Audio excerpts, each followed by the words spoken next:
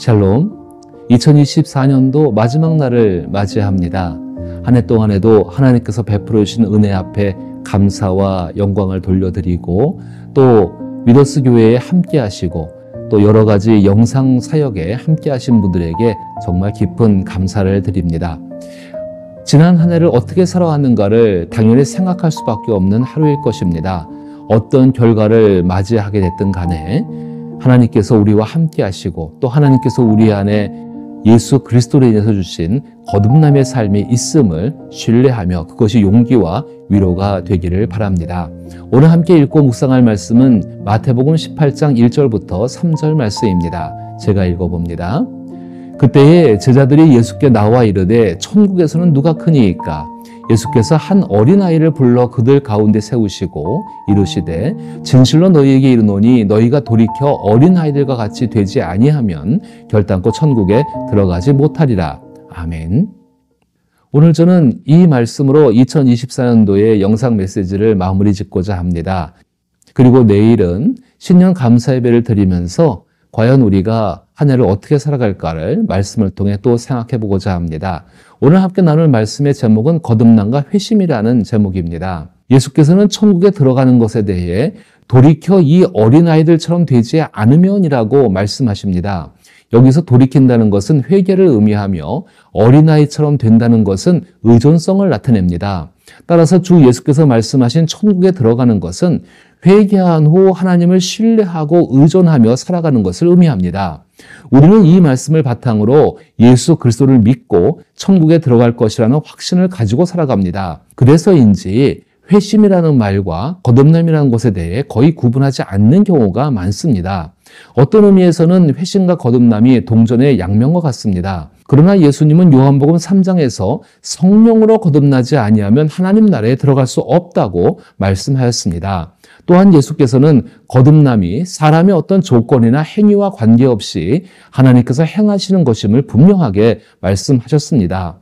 따라서 우리는 회개하여 천국에 들어가는 회심과 거듭난 삶에 대해 깊이 생각하고 있어야 합니다. 먼저 말씀드리고 싶은 것은 천국, 즉 하나님 나라에 들어가기 위해서는 회심과 거듭남이 필수 조건이라는 점입니다. 다시 말해 이 두 가지 조건이 모두 충족되지 않으면 누구도 참된 그리스도인으로서 하나님 나라의 시민이거나 하나님의 가정의 자녀가 될 수 없습니다. 이런 이야기가 낯설게 들릴 수 있습니다.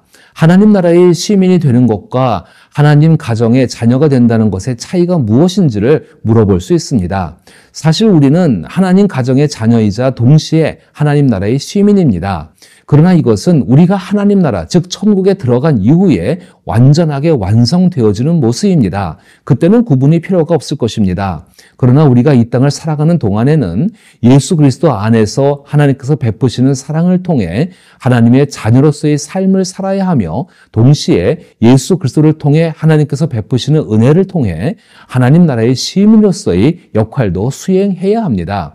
성경은 이러한 삶을 믿음의 삶이라고 말합니다. 회심과 거듭남은 믿음의 삶을 사는 두 개의 기초에 해당합니다. 우리가 자신이 거듭났다는 것을 알 수 있는 것은 회심을 통해서입니다. 이제 다음에 말씀드리는 것을 이해할 수 있기를 바랍니다. 우리는 성경에서 하나님을 믿으라는 말씀을 수없이 접합니다. 그러나 스스로 거듭나라라는 표현은 찾아볼 수가 없습니다. 사실 그렇습니다. 누구도 스스로 태어날 수 없습니다. 성령의 거듭남, 즉 성령의 내주하심은 스스로 할 수 있는 일이 아닙니다. 예를 들어 아기가 자기의 힘으로 임신되고 태어날 수 없는 것과 같다는 것입니다. 반면 믿음으로 하나님께 돌이키는 일은 우리에게 명령하신 것입니다. 회심은 하나님께 나아가기 위해 우리가 해야 할 일이지만 거듭남은 하나님이 우리 안에서 행하시는 일입니다. 회심은 두 부분으로 이루어지는데 첫째는 은혜와의 관계에 있고 둘째는 그리스도와의 관계에 있습니다. 이것을 알기 위해서는 우선 우리는 자신의 죄와 자기의 힘으로 구원을 얻으려는 노력을 돌이켜야 합니다. 예수님은 요한복음 3장에서 니고데모에게 거듭나야 한다고 말씀하였습니다.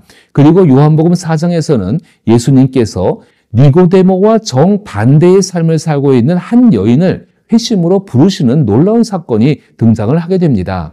이 두 인물은 성별만 다른 것이 아닙니다. 요한복음에 등장하는 우물가에서 만난 사마리아 여인은 삶이 완전히 망가진 반면 니고데모는 세상 기준으로 성공한 인물이었습니다. 그럼에도 불구하고 예수님은 두 사람 모두를 동일하게 은혜의 선물로 구원받도록 부르십니다. 니고데모와 사마리아 여인은 행위로는 구원받을 자격이 없지만 은혜로는 구원받을 자격이 있다는 점에서 동일합니다.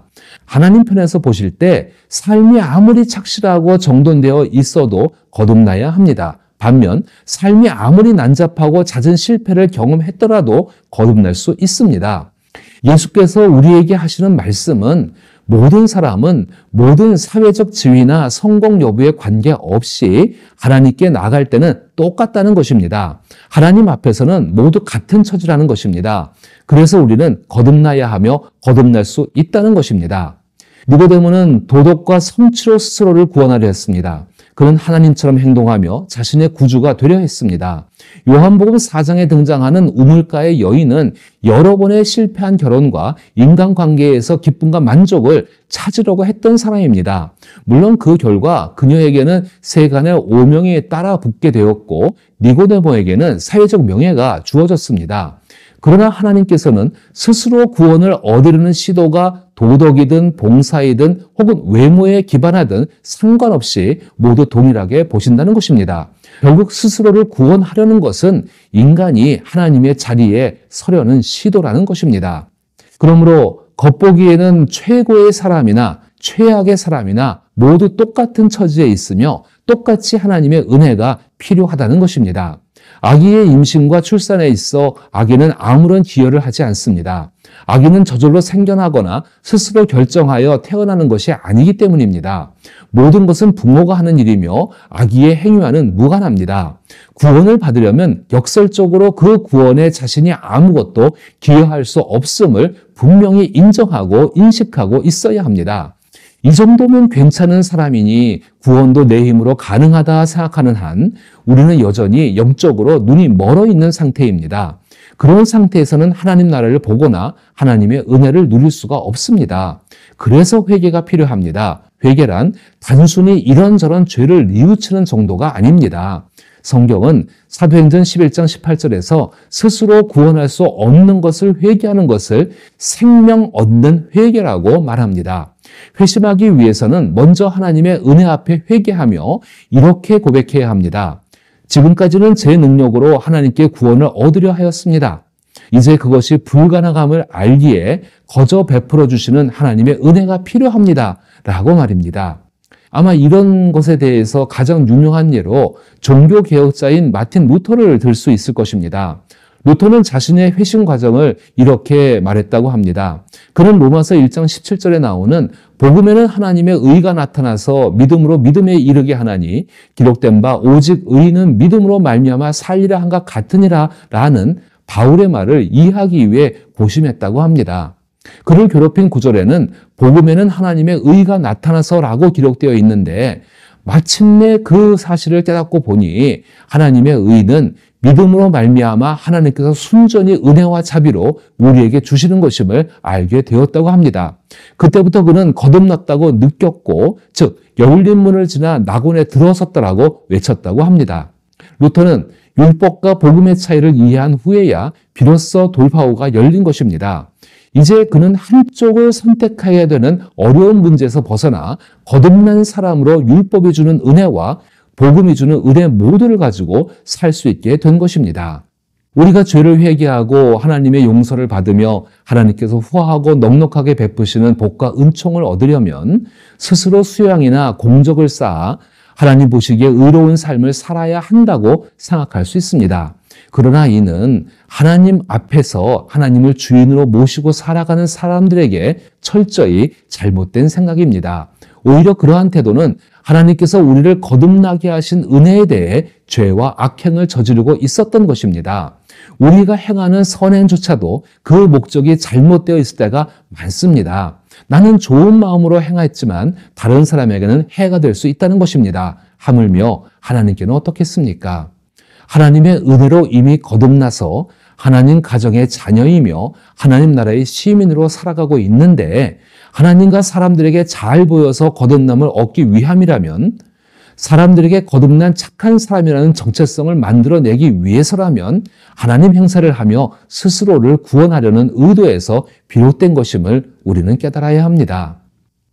이미 거듭난 사람은 스스로 구원을 얻으려는 악한 행위와 선행의 동기까지 회개한 후에야 비로소 자신이 거듭났음을 느낄 수 있습니다.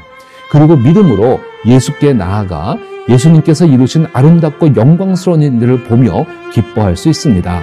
하나님의 은혜를 막연히 믿는 것만으로는 부족하다고 생각합니다. 우리는 예수 그리스도께서 이루신 그 일들에 대해 구체적으로 알고 믿어야 합니다.